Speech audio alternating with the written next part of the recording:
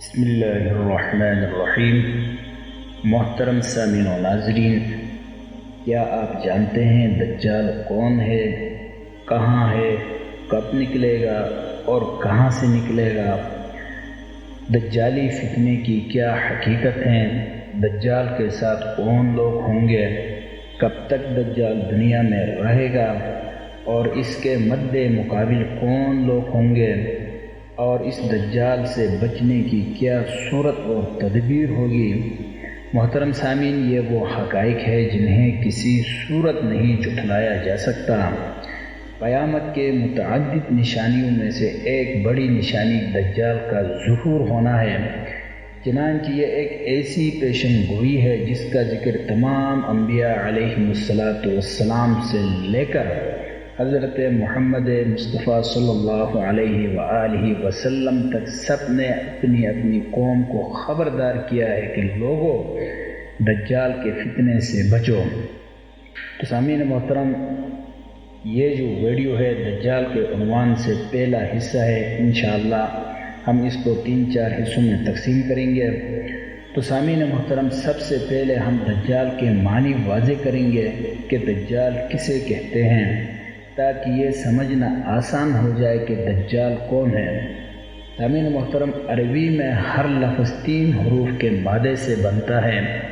لفظ دجال کا مادہ دال جیم لام ہے، چنانچہ اسی طرح اس کا جوڑ کرنے سے تلفظ دجل ہوگا، جس کے معنی ایسی مرہم یا لیپ جس کی تہ جلد پر بچھا کر بدنمائی چھپائی جاتی ہے۔ جب دجل دجال میں تبدیل ہوتا ہے تو اس کا مطلب ہے وہ جو اس کا پیوند یا ٹکڑا تہ کی صورت میں جلد کی بدنمائی چھپانے کے لیے لگاتا ہے۔ حاصل کلام کے صحیح معنوں میں اسے مکار یا فریبی کہیں گے۔ محترم سامعین، صحابہ کرام رضوان اللہ تعالی علیہم اجمعین تبع تابعین کے مطابق صحیح مسلم میں ہے کہ دجال کی موجودگی کی حقیقت یہ ہے کہ وہ ایک فرد ہے جس کے ذریعے اللہ تبارک و تعالی اپنے نیک اور برے بندوں کو پرکھے گا۔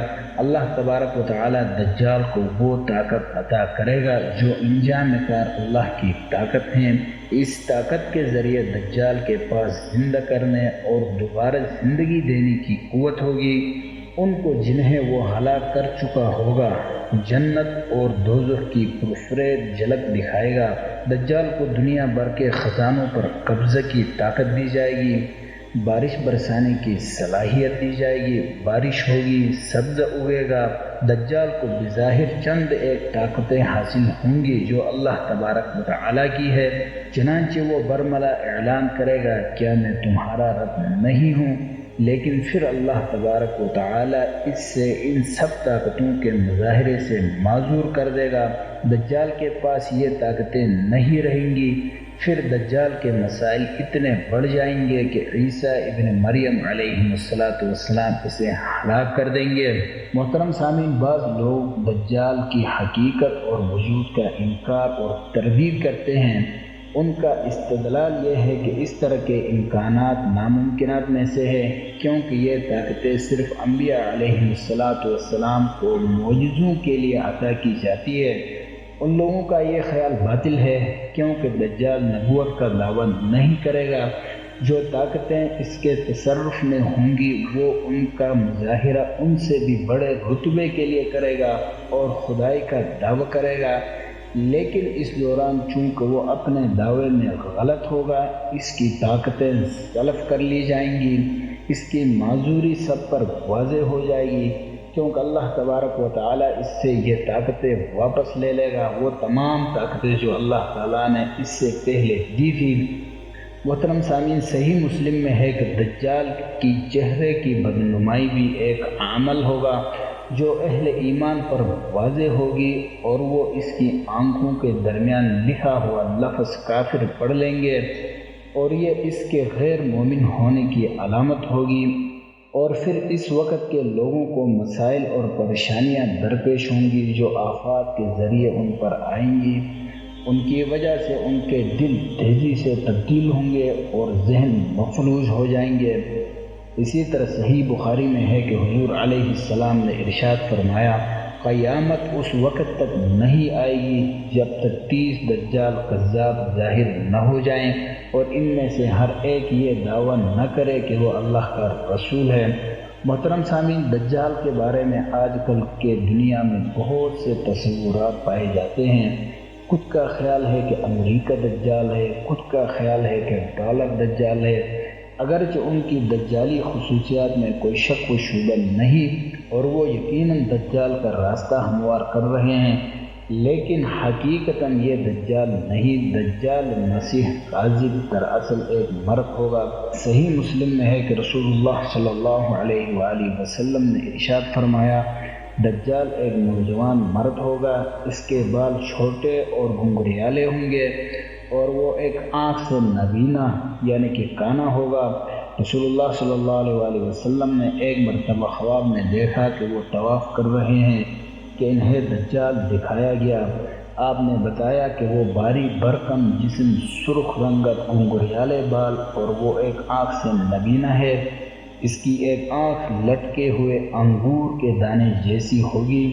حضرت تمیم داری رضی اللہ تعالی عنہ کا بیان ہے کہ رسول اللہ صلی اللہ علیہ وآلہ وسلم نے دجال کے بارے میں فرمایا کہ وہ تن و مند ہوگا، اس کی پیشانی پر لفظ کافر لکھا ہوگا، وہ ہر اہل ایمان چاہیے خواندہ ہوگا یا ناخواندہ وہ اس لفظ کو پڑھ سکے گا۔ مذکورہ احادیث صراحتاً کے ساتھ السمیع الدجال کے خد و خال اور شخصیت پیش کرتی ہے۔ ان کے مطابق دجال ایک نوجوان ہوگا، وہ تن و مند اور بھاری بھرکم ہوگا، اس کا رنگ سرخ ہوگا، اس کے بال گھنگریالے اور بہت چھوٹے کٹے ہوئے ہوں گے، وہ ایک آنکھ سے اندھا ہوگا، اس کی ایک آنکھ اس طرح ہوگی جیسے انگور کا لٹکتا ہوا دانہ، اس کی یہ آنکھ یا دوسری آنکھ پیشانی سے محروم ہوگی، اس کی پیشانی پر دونوں آنکھوں کے درمیان لفظ کافر لکھا ہوا ہوگا۔ ایک دفعہ رسول اللہ صلی اللہ علیہ وآلہ وسلم نماز سے فارغ ہوئے تو منبر پر تشریف فرما ہوئے اور مسکراتے ہوئے فرمایا، تمام لوگ اپنی اپنی جگہ پر بیٹھے رہے، پھر فرمایا، جانتے ہو میں نے تمہیں کیوں جمع کیا ہے؟ لوگوں نے کہا، اللہ اور اس کا رسول بہتر جانتے ہیں۔ تو آپ علیہ السلام نے فرمایا، اللہ کی قسم میں تمہیں نہ تو کسی چیز کا شوق دلانے کے لیے جمع کیا ہے اور نہ کسی سے ڈرانے دھمکانے کے لیے اکٹھا کیا ہے، بلکہ میں نے تمہیں یہ بتانے کے لیے جمع کیا ہے کہ تمیم داری ایسا ہی تھا، وہ آیا، اس نے بیعت کی اور اسلام قبول کی، اس نے مجھے ایسا واقعہ سنایا جو ان باتوں سے تعلق رکھتا تھا جو میں تمہیں دجال کے بارے میں بتایا کرتا ہوں۔ چنانچہ اس نے مجھے بتایا کہ وہ لخم اور جذام قبیلے کے 30 آدمیوں کے ہمراہ ایک بحری جہاز میں سمندر کے سفر پر روانہ ہوا۔ سمندر کی لہریں مہینہ بھر انہیں ادھر ادھر دھکیلتی رہی، یہاں تک کہ وہ ایک جزیرے میں پہنچ گئے۔ اس وقت سورج غروب ہو رہا تھا۔ وہ ایک چھوٹی کشتی میں بیٹھ کر جزیرے میں داخل ہوئے۔ جب وہ جزیرے میں داخل ہوئے تو ان کو ایک جانور ملا جس کے جسم پر بہت سے بال تھے۔ بالوں کی کثرت کی وجہ سے انہیں اس کے آگے پیچھے کا کچھ پتہ نہ چل رہا تھا۔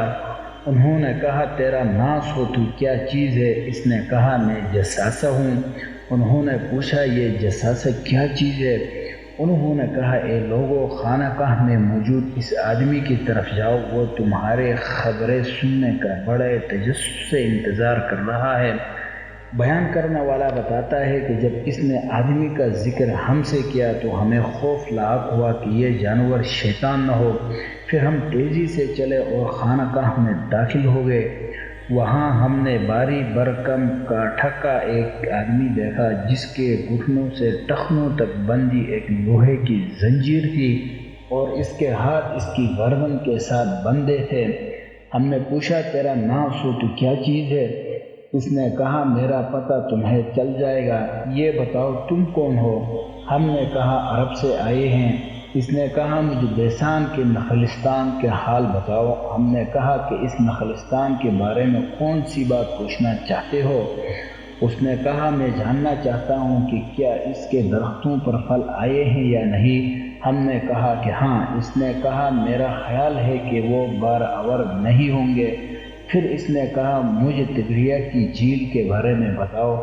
ہم نے پوچھا اس کی کون سی بات پوچھنا چاہتے ہو؟ اس نے کہا کہ اس میں پانی ہے۔ ہم نے کہا ہاں اس میں بہت پانی ہے۔ وہ بولا اس کا پانی بہت جلد ختم ہو جائے گا۔ پھر اس نے کہا مجھے زغر کے چشمے کے بارے میں بتاؤ۔ ہم نے پوچھا کون سی بات معلوم کرنا چاہتے ہو؟ زنجیر میں جکڑے آدمی نے کہا کیا چشمے میں پانی ہے اور لوگ اس پانی سے کھیتوں کو سیراب کرتے ہیں؟ ہم نے کہا کہ اس وقت بہت پانی ہے اور مدینہ کے رہنے والے اس سے کھیتوں کو آبیاری کرتے ہیں۔ پھر اس نے پوچھا مجھے نبی امی کے بارے میں بتاؤ، اس نے کیا کیا ہے؟ ہم نے کہا وہ مکہ سے نکل کر مدینہ میں آ گئے ہیں۔ اس نے پوچھا کیا عربوں نے اس کے ساتھ جنگ کی؟ ہم نے کہا ہاں۔ پھر اس نے پوچھا اس نے ان کے ساتھ کیا کیا؟ ہم نے بتایا کہ وہ ارد گرد کے عربوں پر غالب آ چکے ہیں اور انہوں نے ان کی اطاعت قبول کر لی ہے۔ اس پر اس نے کہا کیا واقعی ایسا ہو چکا ہے؟ ہم نے کہا ہاں۔ اس پر اس نے کہا ان کے لیے یہی بہتر ہے کہ وہ اس کی اطاعت قبول کر لیں۔ اب میں تمہیں اپنے بارے میں بتاتا ہوں، میں دجال ہوں، مجھے عن قریب خروج کی اجازت مل جائے گی۔ تو سامعین محترم، اس سے ظاہر ہوا کہ دجال موجود ہے۔ احادیث نبوی میں یہ کہیں بھی مذکور نہیں ہے کہ دجال پیدا ہوگا، بلکہ یہ کہا گیا ہے کہ دجال ظاہر ہوگا۔ آخر دجال ہے کہاں؟ چنانچہ مسلم شریف میں ہے کہ رسول اللہ صلی اللہ علیہ وآلہ وسلم نے ارشاد فرمایا خبردار دجال شام کے سمندر بحیر روم میں ہے یا یمن کے سمندر بحر عرب میں ہے، نہیں وہ مشرق میں ہے، مشرق میں ہے، مشرق میں ہے، مشرق میں ہے۔ محترم سامعین، اور اللہ تبارک و تعالیٰ کے نبی علیہ السلام نے اپنے ہاتھ سے مشرق کی طرف اشارہ کیا اور 3 دفعہ مشرق کہا۔ کچھ مغربی مصنفین کا بھی خیال ہے کہ یہودیوں کا سربراہ دجال مشرق میں ہے۔ یہ ذاتی تحقیق بھی ہو سکتی ہے اور ہمارے نبی علیہ السلام کی حدیث مبارکہ سے استفادہ بھی ہو سکتا ہے۔ محترم سامعین، اس ویڈیو کا اگلا حصہ ہم انشاءاللہ اپنی اگلی ویڈیو میں بیان کریں گے۔ ویڈیو پسند آئی تو چینل کو سبسکرائب کریں، بیل آئیکن پر کلک کریں۔ انشاءاللہ تعالی اگلی دفعہ نیکسٹ ویڈیو میں ملیں گے، تب تک کے لیے اللہ نگہبان ہے۔